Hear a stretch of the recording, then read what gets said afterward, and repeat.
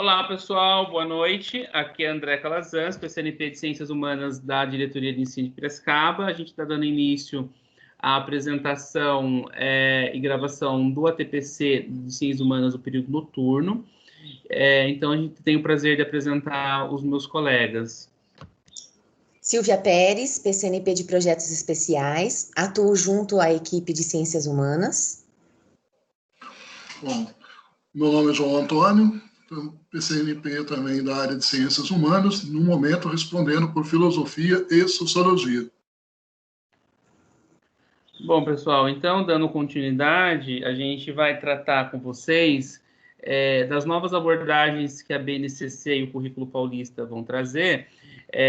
Nesse ATPC em especial, a gente vai começar com protagonismo juvenil, habilidades socioemocionais e o projeto de vida para os nossos estudantes, tendo como perspectiva a nossa área, as ciências humanas.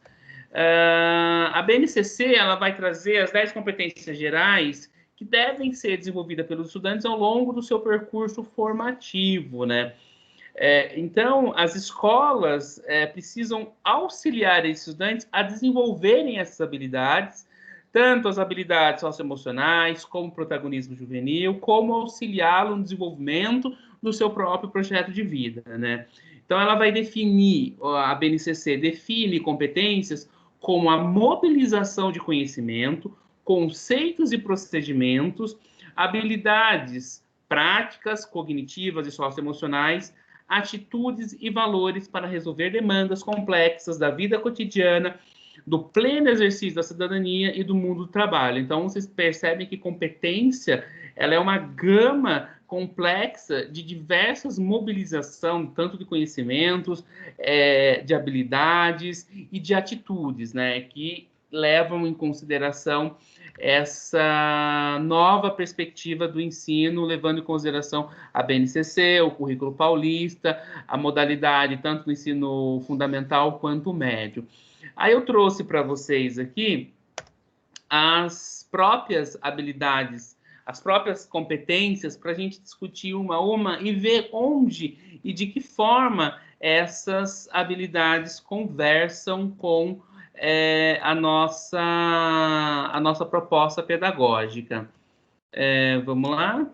Bom, BNCC e as competências gerais. Competências gerais da educação básica. Essas são as competências que regem a educação básica brasileira, porque ela está escrita na Base Nacional Comum Curricular, né? Então, vamos lá. Valorizar e utilizar os conhecimentos historicamente construídos sobre o mundo físico, social, cultural e digital, para entender e explicar a realidade, continuar aprendendo e colaborar para a construção de um mundo, de uma sociedade justa, democrática e inclusiva. Então, aqui a questão do conhecimento histórico, da necessidade de explicar e continuar aprendendo sobre a realidade.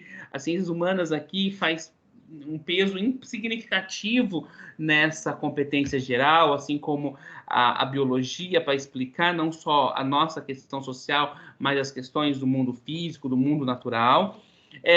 A competência 2, exercitar a curiosidade intelectual e recorrer à abordagem própria das ciências, incluindo a investigação, a reflexão, a análise crítica, a imaginação e a criatividade para investigar causas, elaborar e testar hipóteses, formular e resolver problemas e criar soluções, inclusive tecnológicas, com base nos conhecimentos das diferentes áreas. Vocês percebem aqui que nessa competência você tem aqui o método científico, aquela discussão que nós tivemos semanas atrás sobre o método científico e por que ele é fundamental e importante e talvez um dos principais e mais robustos métodos para explicar, compreender, analisar, refletir sobre a sociedade, sobre o mundo físico, sobre o mundo biológico, né? A questão de buscar elaborar, testar hipóteses, formular e resolver problemas, criar soluções, né? Então, o professor precisa instigar no estudante a necessidade dessa curiosidade intelectual com base nas ciências, tá? Com base no método, com base nas abordagens específicas e significativas para a ciência, seja humanas, físicas, biológicas, e todas as outras ciências do campo que a gente está trabalhando com os estudantes. Habilidade 3, né, valorizar e fluir as diversas manifestações artísticas e culturais, das locais às mundiais, e também participar da práticas diversificadas da produção artístico-cultural. É uma habilidade mais focada na questão artística, na questão de participação do estudante, na sua individualidade enquanto ser humano capaz de criar, de pensar novas formas, de se abstrair, né, de considerar as diversidades culturais, artísticas, tanto local quanto global, né, respeitando cada localidade, cada cultura e cada visão de mundo, né? Então, as ciências humanas têm um papel fundamental no desenvolvimento desta competência, uma vez que exercita a alteridade, que exercita a capacidade de se colocar no outro e exercita, sobretudo, o respeito à diversidade. A competência 4, utilizar diferentes linguagens, verbal ou oral, visual ou visual motora, como libras e escrita, corporal, visual, sonora e digital, bem como conhecimentos de linguagem artística, matemática e científica, para se expressar e partilhar emoções, informações, experiências, ideias e sentimentos em diferentes contextos e produzir sentimentos que levem ao entendimento mútuo. Essa daqui é uma habilidade da área de linguagem, se conversa também com a área de matemática, mas também não deixa de lado as áreas de ciências, uma vez que as diversas linguagens compreendem essas áreas. Então, aqui a fala, as linguagens do corpo, a questão da expressão corporal, das expressões visuais, da expressão digital, por isso que a gente tem esse novo componente que foi incluído agora em 2020 no currículo, que é tecnologia, né? As diversas formas de comunicação e linguagem tecnológica, os bits, os bytes, a linguagem alfanumérica, enfim, que faz parte do mundo das tecnologias que a gente está vivenciando e vai vivenciar de forma bastante significativa nos próximos anos, né? Compreender, utilizar e criar tecnologias digitais de informação e comunicação. Se na primeira competência eu estou utilizando, eu aqui estou nessa quinta compreendendo e utilizando, né? Aí do ponto de vista crítico, né, das tecnologias de comunicação, olhando para a internet, olhando para as redes sociais, olhando para esse mundo que dissemina conhecimento, informação a todo momento, com bastante criticidade, levando em consideração que é fundamental eu produzir conhecimentos, eu resolver problemas e exercer o protagonismo e autoria na vida pessoal e coletiva. Então, aqui a gente tem uma habilidade que leva em consideração esse fazer tecnológico, usando e fazendo usar as linguagens tecnológicas do mundo digital e do mundo da informação, que leva em consideração as diversas práticas e redes que a gente tem na nossa realidade escolar, social e de vida.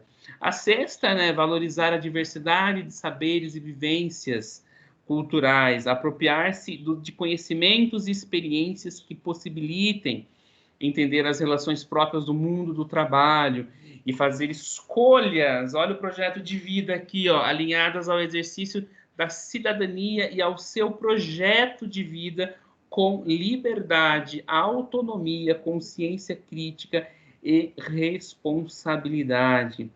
Argumentar com base em fatos, dados e informações confiáveis para formular, negociar e defender ideias do ponto de vista e decisões comuns que respeitem e promovam os direitos humanos, a consciência socioambiental e o consumo responsável em âmbito local, regional e global, com posicionamento ético em relação aos cuidados de si mesmo, dos outros e do planeta. Então, é uma competência bastante ampla, né, e que tem nas ciências humanas uma área fundamental para você desenvolver a questão de formular, né, teorias, pontos de vista, de promover debate, de compreender o mundo, de respeitar a diversidade, de levar em consideração os aspectos socioambientais, aspectos legais, por exemplo, consumo responsável, o impacto, né, que as pessoas têm, que a sociedade, que as comunidades têm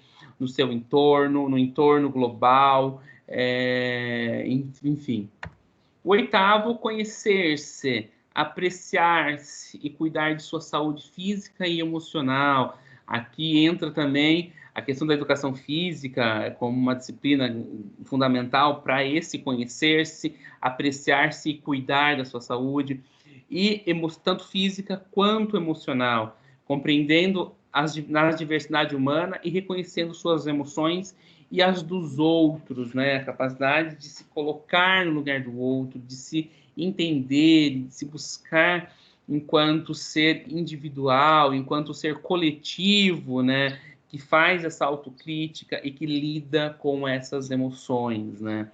Exercitar a empatia, o diálogo, a resolução de conflitos, a cooperação, fazendo-se respeitar e promovendo o respeito ao outro e aos direitos humanos, com acolhimento e valorização da diversidade de indivíduos e de grupos sociais, né? Então, é importante aqui nas ciências humanas o professor levar em consideração os aspectos históricos de conflitos, esses momentos em que a humanidade se desrespeitou. Então, você tem aqui vários exemplos, né, que podem ser trabalhados nas ciências humanas para mostrar até onde o homem é capaz para destruir a si, ao outro, destruir o meio ambiente, destruir o planeta de uma forma geral, e como que isso pode e deve ser revertido dentro de sala de aula, né?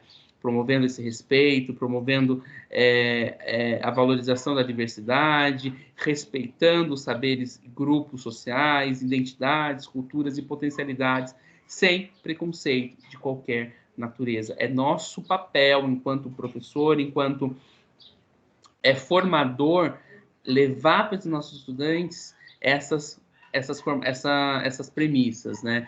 De respeito, de diversidade, de que o mundo é bastante complexo, embora a gente pertença a uma única família, né? A um grupo, uma única espécie. Essas espécies, por contingências ambientais, locais, culturais, históricas, sociais, se formaram e se constituíram de formas distintas. E essa distinção é que nos faz ser o que somos e também ser enquanto indivíduo e enquanto coletivo, né?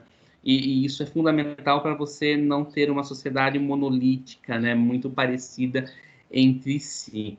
Agir pessoal e coletivamente com autonomia, responsabilidade, flexibilidade, resiliência e determinação, tomando decisões com base em princípios éticos, democráticos, inclusivos, sustentáveis e solidários. Então, vocês perceberam que, com base nessas 10 competências da BNCC, as competências gerais da BNCC, como que cada disciplina, né, se desenvolve, como cada disciplina está inserida dentro dessas 10 competências, né? Então, um professor de filosofia viu aonde está inserido, um professor de geografia soube, com algumas palavras-chave, identificar em qual momento ele está atuando ali, em qual momento ele está atuando direto ou indiretamente, sociologia, história também. Então, vamos apontar agora as questões do protagonismo juvenil, né? Então, o protagonismo é central, tanto na BNCC quanto no currículo paulista. A participação do estudante deve ser considerada em todas as dimensões da escola e deve ser estimulada não só a participar da aula como um todo, com práticas pedagógicas que levem à consideração desse aspecto, né?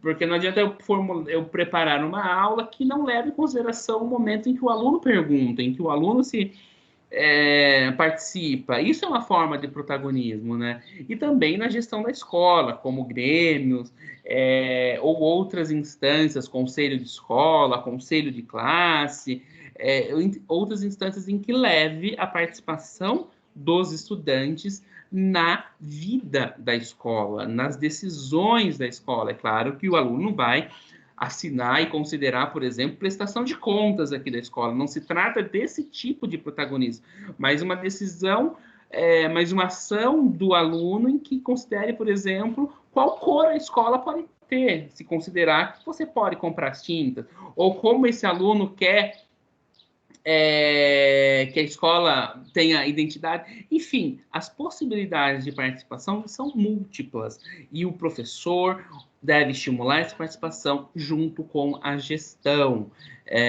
Além de participar da escola, o professor também deve estimular o engajamento desse estudante na sua própria comunidade, no entorno ali da escola, do bairro, associação de bairro. Quais são os problemas da comunidade, o que aquela comunidade tem que precisa ser resolvido e quais são as instâncias que podem e devem resolver aquele problema. O mato alto aqui do lado da escola está insuportável. É uma área pública, então é a prefeitura. É uma área privada, eu preciso notificar o dono, então como eu notifico? Eu não sei quem é, então eu aciono a prefeitura, porque a prefeitura sabe quem é o dono. Então, isso são possibilidades de protagonismo juvenil no âmbito ali da sala da sua aula, enquanto professor, participando, tirando dúvida, questionando, se posicionando, quanto no ponto de vista da escola, ali, nas questões com a gestão, com o grêmio e nas outras instâncias, e também ali no lado, no bairro, no local onde essa escola está inserida, para fazer com que poder estimular o aluno a perceber que o coletivo muda a realidade, que a atuação dele é fundamental e é importante para transformar a realidade, tanto dele enquanto estudante, quanto do bairro, pensando ali enquanto morador daquele território. Outro aspecto do protagonismo é a capacidade de escolha do estudante mediante os vários itinerários formativos.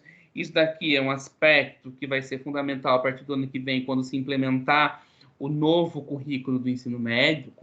Certamente teremos formações em relação aos itinerários formativos, né? Desenvolver nos estudantes capacidade de tomar decisão e de ser protagonista. Essa é a competência número 5 das competências que eu li anteriormente.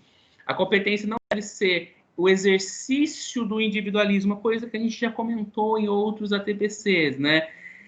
Ela não serve para eu exercitar apenas esse autoconhecimento, né, como critério único, mas também no coletivo e na vida em sociedade, né? Ela não deve ser o exercício de individualismo puro e simples. Ela tem que levar em consideração os aspectos coletivos e na vida em sociedade, né? O que garante a participação dos jovens nas escolas? Você tem aqui, desde a Constituição até, por exemplo, a Lei do Grêmio, mas eu cito em especial 3 legislações que dão essa autonomia para o jovem, que leva em consideração o protagonismo e que está respaldado na legislação. É o ECA, o Estatuto da Criança e do Adolescente, a LDB, que é a Lei de Diretrizes e Bases, Leis de Diretrizes e Bases, e o Estatuto da Juventude. Este último reforça os direitos jovens, os direitos básicos do jovem brasileiro de 15 a 19 anos. Então, pega aí uma faixa dos nossos estudantes, sobretudo os estudantes do ensino médio, a cidadania, a participação social e representação social, né, nos suas instâncias, nos seus órgãos de decisão específicos para essa faixa etária, por exemplo, no Grêmio, União Nacional dos Estudantes Secundaristas, nas uniões estaduais, nas uniões municipais de estudantes. Então, esse engajamento dos jovens se dá mediante uma série de instâncias representativas que ele está inserido, ou mesmo na participação dos conselhos, né, os conselhos municipais da criança e adolescente, o Conselho Municipal da Juventude, são órgãos, são instâncias que garantem a participação desse jovem na contemporaneidade, né, nos espaços de decisão político. Outro aspecto dessa participação do jovem se dá, sobretudo, pela internet, né? As redes sociais mudaram a sociabilidade e construíram formas distintas de informações e referenciais para os jovens. Então, não se dá mais no presencial essas decisões, esses encontros, eles também agora são virtuais. Eles se dá nos grupos do WhatsApp, da sala, que acho que quase toda escola tem o grupo da sala, tem o grupo oficial, tem o grupo com os colegas próximos, enfim, eles criam, né, assim como existe também na escola, o grupo oficial da escola, que só manda recados oficiais, e o outro grupo, que é o não oficial, para fazer as outras coisas, para comentar. E muitas vezes não tem nem a direção ali naquele outro grupo, só o professor. Então, você tem aí essas formas e novos espaços de sociabilidade, de encontros, de discussão, de deliberação que estes jovens fazem com o advento das redes sociais, o WhatsApp, o Facebook, o Twitter, o Instagram. Então, são formas também de trocar experiências, de trocar informações, de aprender, de entretenimento, tá? A gente tem que também levar em consideração que muitas vezes os jovens porque está na rede social para fazer entretenimento, para exibição de uma coisa que comprou ou expor um desejo, uma vontade, enfim, são novos locais. E eu estou dizendo aqui locais do ponto de vista digital, para que nós, enquanto professores, compreendam esses dois espaços de participação. O espaço físico, são os espaços das tomadas de decisões, a sala de aula, a escola como um todo, plenárias, a rua, são espaços físicos e os espaços virtuais digitais, né? Um entrave ao desenvolvimento do protagonismo é a dificuldade que educadores têm em reconhecer no jovem essa capacidade. Mas ele é muito novo. Mas ele não sabe o que é a vida. Mas ele está muito maduro, muito verde ainda para tomar decisões. Não sei se eles... Essa ideia de achar pelo outro o que nós queremos que ele tenha ou não é uma coisa que a gente tem que superar. É uma coisa que a gente precisa superar, né? Jovens, desde do ensino fundamental 1, é capaz, sim, de propor e de observar e de apontar coisas que nós adultos não conseguimos enxergar, porque para nós está bem, para nós está ótimo. Os pequenos, os do Fundamental 2, os jovens do ensino médio, são capazes, se a gente der a oportunidade, de expor condições, de expor problemas, de apontar soluções, caminhos que não estão às nossas vistas. Por quê? Porque eles têm outras perspectivas, porque eles têm outra visão de mundo, porque eles têm outra formação, eles são de outra geração. Então, é fundamental a gente garantir que esses jovens se exponham, que esses jovens apontem problemas, que eles participem e que eles tenham capacidade de ouvir e de serem ouvidos, ouvir estudantes, levando em consideração a nossa formação, que é de formar jovens cidadãos competentes, levando em consideração todas as 10 habilidades gerais lá, 10 competências gerais que o jovem tem que desenvolver, o protagonismo é uma delas. E a gente tem que levar em consideração, sim, de forma bastante criteriosa, o que o jovem está falando. E apontar, isso não dá, se de fato não dá. Isso dá com ressalvas, isso pode ser feito, né? Por quê? Porque a gente tem medo, a gente tem receio. A crítica nunca é bem-vinda, mas o espaço de formação ela é fundamental. Outro aspecto negativo dessa postura é que jovens críticos e participativos são vistos como ameaça à escola, seus gestores e educadores. Pelo contrário, esses jovens eles são potenciais, eles são fundamentais na hora de a gente se colocar, de fazer autocrítica, de se colocar enquanto indivíduos capazes de repensar o seu fazer, tanto da direção quanto do gestor. Então, é fundamental a gente ouvir esses jovens, considerando as suas particularidades, as suas visões de mundo. Então, considerar a participação dos jovens nas decisões é fundamental para garantir uma escola que leve em consideração o protagonismo, né? Então, a participação educadora, a participação do professor tem que ser garantida como uma possibilidade de levar em consideração essas singularidades, essas diversidades. E protagonismo, pessoal, é algo que pode e deve ser ensinado, né? Assim como estimulado. Os jovens só se sentirão encorajados a participar quando forem estimulados, né? Então, a escola tem que reconhecer as singularidades, promover espaços de diversidade, de acolhimento, diferentes formas de expressão. Enquanto um fala, o outro gosta de desenhar, então tem que garantir esses espaços.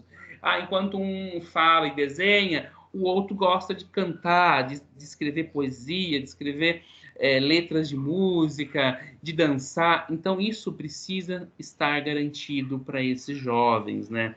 Um dos maiores desafios da escola, nesse atual momento que a gente está vivendo, é preparar os jovens para lidar com nossos dilemas.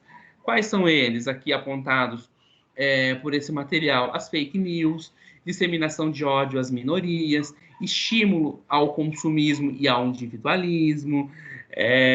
Por que garantir um debate saudável sobre fake news? Porque fake news são notícias falsas e que prejudicam e que não condiz com a realidade, com os fatos, né? Elas têm um papel, elas direcionam uma visão equivocada sobre um indivíduo, sobre um grupo, né? Ou mesmo a disseminação de ódio às minorias LGBTs, as minorias políticas, como os negros ou mulheres. Então, é fundamental a escola garantir a participação desses jovens, sejam LGBTs, sejam as mulheres, ouvir as meninas, não monopolizar na voz só de meninos, ou não monopolizar na voz só de menina, não monopolizar em relação à questão étnica, né? Garantir que todos falem, que todos tenham voz, que todos possam participar desse processo de educação participativa, né? De educação que leve em consideração o protagonismo do aluno em sala de aula, na escola e na sua comunidade, né? Agora eu passo a palavra para o João, que vai falar um pouco sobre as habilidades socioemocionais. João? Então vamos lá, meus colegas professores, meus amigos todos, né, que estão agora junto conosco, né? Como o André bem colocou nas suas exposições, né, o quanto é importante a gente ter a clareza, né, desse assunto que nós estamos tratando, para que a gente possa ter uma sociedade, né, não digo diferente ou transformada, mas que seja uma sociedade com mais consciência, né? Isso que é importante. Como ele acabou de colocar, a questão do jovem, né, desse jovem que está na escola, ter a oportunidade de fazer acontecer, né? E retomando um pouco até da fala do André, do professor André, quando ele coloca aqui na BNCC, né, definir competências como a mobilização de conhecimentos. Então, para que eu possa ter esses socioemocionais também, sendo algo bom, né, para o aluno, eu não posso esquecer dessa parte também da competência, do conhecimento, mas tendo um movimento acontecendo, né? Bom, então nós vamos trabalhar um pouco sobre isso, né? Vamos conversar sobre isso. Então, educação integral expressa por valores aspectos físicos, cognitivos e socioemocionais. Então, nós, como seres humanos, temos que ter tudo isso muito bem trabalhado. Por exemplo, hoje, nós aqui, né, hoje trabalhando em casa, da forma como estou, eu tenho também que ter cuidado com o meu físico. Tenho que ter também o cuidado com a questão socioemocional, né? Eu tenho que estar atento sobre isso, né? Como que está a minha cabeça, como que está o meu pensar, né? Esse pensar eu tenho que também ter atenção para com ele, né? E não apenas só com essa questão do físico. E aí, voltando aqui à BNCC, ao definir as 10 competências gerais, que o professor André já nos trouxe muito bem, que devem ser desenvolvidas pelos estudantes ao longo da educação básica, né? Então, isso tudo não é de um dia para a noite, mas é dentro de um processo da formação deste aluno, né? Isso que é importante a gente reconhecer, né? É um processo de aprendizagem, é um processo que se faz num conhecimento, né? Não, como o André bem colocou, né? Não é você impor ao outro algo que você queira que ele faça, mas é ir construindo esse indivíduo dentro desse processo do conhecimento, né? Bem, reacendeu um debate importante no meio educacional, a necessidade de as instituições de ensino auxiliarem os estudantes no desenvolvimento das habilidades socioemocionais, né?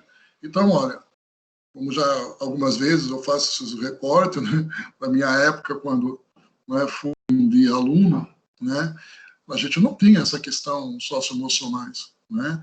Era aquela coisa do conteúdo puro, estuda, né, decora, enfim, dê um jeito, mas nunca se preocuparam com o indivíduo dentro das suas necessidades emocionais também, né?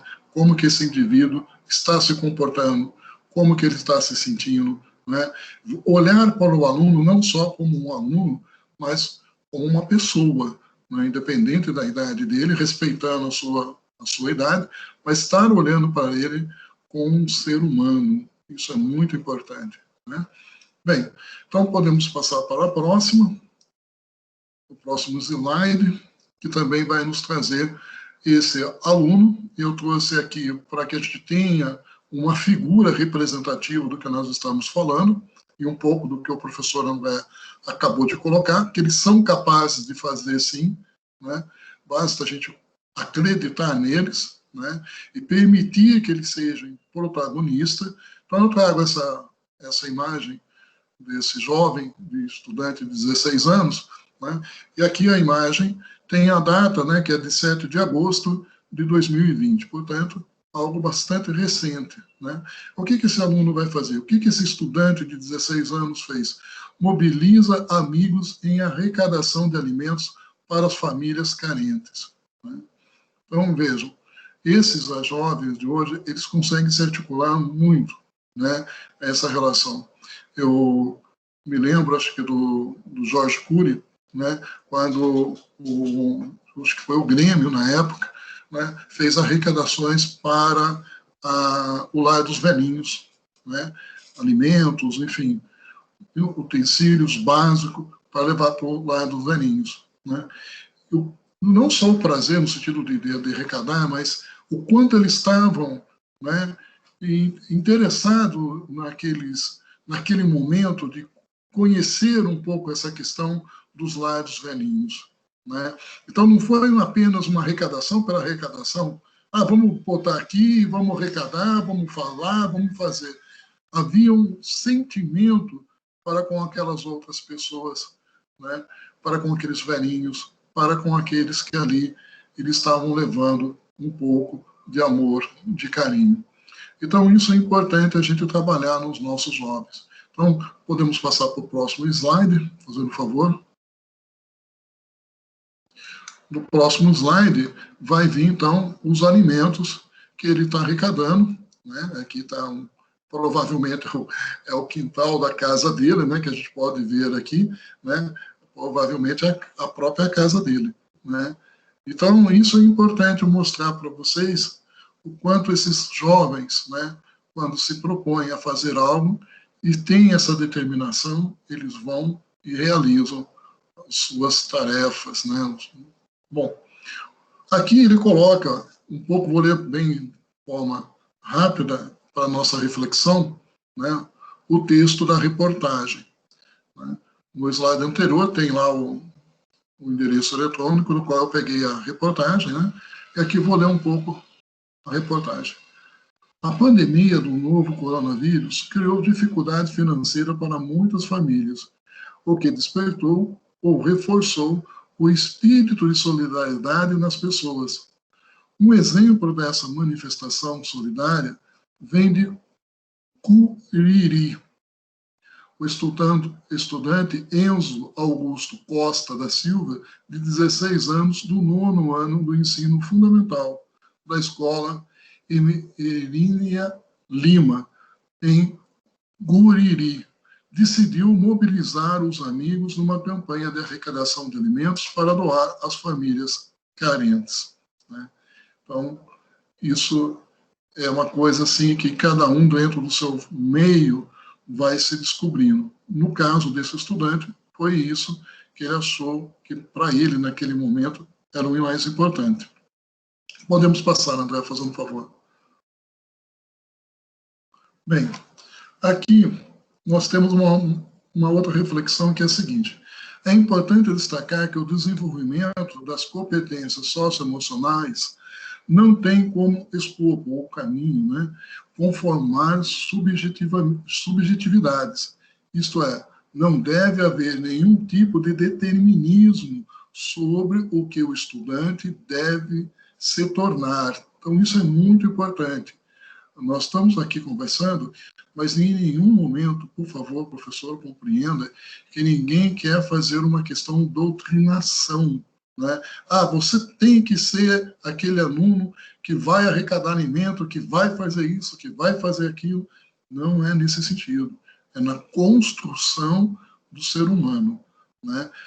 Mostrar para ele as possibilidades e o próprio potencial que cada um tem, né? Em um determinado momento, isso pode aflorar ou não, né? Mas em nenhum momento é dar como uma questão determinada, né? Seja obrigado, né, a fazer tal coisa. Uma vez, voltando ao texto, né, uma vez que seu desenvolvimento está relacionado ao ato de aprender a ser. Então é isso que nós estamos falando. O que é importante? Que ele venha a aprender, né? Que ele busque dentro de si mesmo isso, né? Não tem como você fazer uma mega campanha, né? Aí você obriga o aluno a participar dessa mega campanha e ele não está ali inserido dentro daquele contexto. Ele está fazendo por obrigação, ele vai ficar irritado porque não é isso que ele quer, coisa assim, né? Então, é muito também, isso não vai trazer nenhum valor para com que ele venha amanhã se sentir bem, né? Então, é importante que nós possamos dar o conhecimento, auxiliar o aluno a compreender tudo isso, né? Agora, obrigá-lo a ser, não, né? Obrigá-lo a ser, não, porque podemos queimar uma etapa da sua própria vida, né? Ele tem a sua livre escolha, né? Ele tem seu livre-arbítrio, né? E o qual nós devemos respeitar, né? Continuando ainda no texto, o texto coloca da seguinte forma: nesse sentido, quando se atribui significado ao que é ser responsável, colaborativo, etc., ou seja, quando se aprende a ser, é possível fazer escolha entre querer ser ou não, de uma determinada maneira, em uma, né, dada situação. Então, isso que nós temos que assegurar, não é? Quando se aprender a ser, é possível fazer escolha entre querer ou não. Então, temos que deixar isso bem claro para que vocês, amanhã, ao trabalhar com um aluno, e, enfim, seja ele no ensino fundamental, no ensino médio, em qualquer situação que você encontre, né, ter essa clareza, né, não forçar a nada, não obrigar a nada, mas é trabalhar na sua construção, né, de despertar esse sócio emocional nele de forma bastante leve, né, bastante sutil, que ele possa descobrir em si mesmo a potencialidade que ele tem, né? Então, tudo que é obrigado, tudo que é forçado, tudo que é né, colocado, digamos assim, a goela abaixo, isso pode se perder no futuro. Então, voltando ao texto, esse querer advém da singularidade construída a partir das percepções, né, gestadas no vivido, ainda que sob influência dos códigos culturais. Olha que bonito. Isso é muito bonito, né? Esse querer advém da singularidade construída a partir das percepções gestadas no vivido. Então, um pouco que nós já acabamos de dizer, acabamos de colocar, né? Ter essa singularidade respeitada e, ao mesmo tempo, da sua forma simples, muitas vezes é que faz com que o outro consiga ver, né, uma necessidade de desenvolver em si isso que nós estamos falando, que é as habilidades socioemocionais, né? Isso é importante, principalmente nos dias de hoje, né? Nós estamos agora no setembro, né? Estamos aqui nesse setembro amarelo, essa questão da conscientização, né, da vida, né, da importância, né, de se conscientizar, principalmente os jovens, que infelizmente tem aumentado o número de suicídio, né? Então, quantas campanhas são feitas, quantos jovens estão falando para outros jovens sobre a vida, né? Sobre a vida. Então, isso é muito importante, né? Nesse momento, né, que você tem um adolescente, um jovem, né, que tem, digamos assim, o dom da oratória, né, por que não auxiliá-lo a compreender tudo esse momento e poder, talvez, ele mesmo fazer uma live com outros estudantes, como o André colocou, em questão do Grêmio estudantil, né, ou, enfim, exercer esse protagonismo e, nesse movimento, outros jovens começarem a conversar um pouco sobre as suas angústias, sobre as suas decepções, né? Lógico que tudo isso bem orientado pelo professor, né? Bom, estamos a quase... acho que no próximo slide podemos passar, mas aqui já vou colocando que o tempo já está quase que esgotando, né? Não sei nesse momento, André, temos tempo ainda, Silvia? Não, já acabou. Você quer? Então a gente finaliza agora, João, e grava um próximo vídeo para ser exibido depois para os professores, tá bom? Tá ótimo. Então, no próximo vídeo nosso, nós continuaremos, então, sobre esse assunto. Um abraço aos meus colegas. Aí o João termina as habilidades socioemocionais e a Silvia fala do projeto de vida. Pessoal, muito obrigada. Então, findaremos agora o nosso vídeo, por já termos encerrado os 40 minutos propostos. As próximas discussões nós vamos continuar desenvolvendo esse assunto sobre habilidades socioemocionais e projeto de vida. Ok? Muito obrigada. Muito obrigado, pessoal. Boa noite. Tchau, tchau. Tchau, Boa tchau. noite. Um abraço a todos.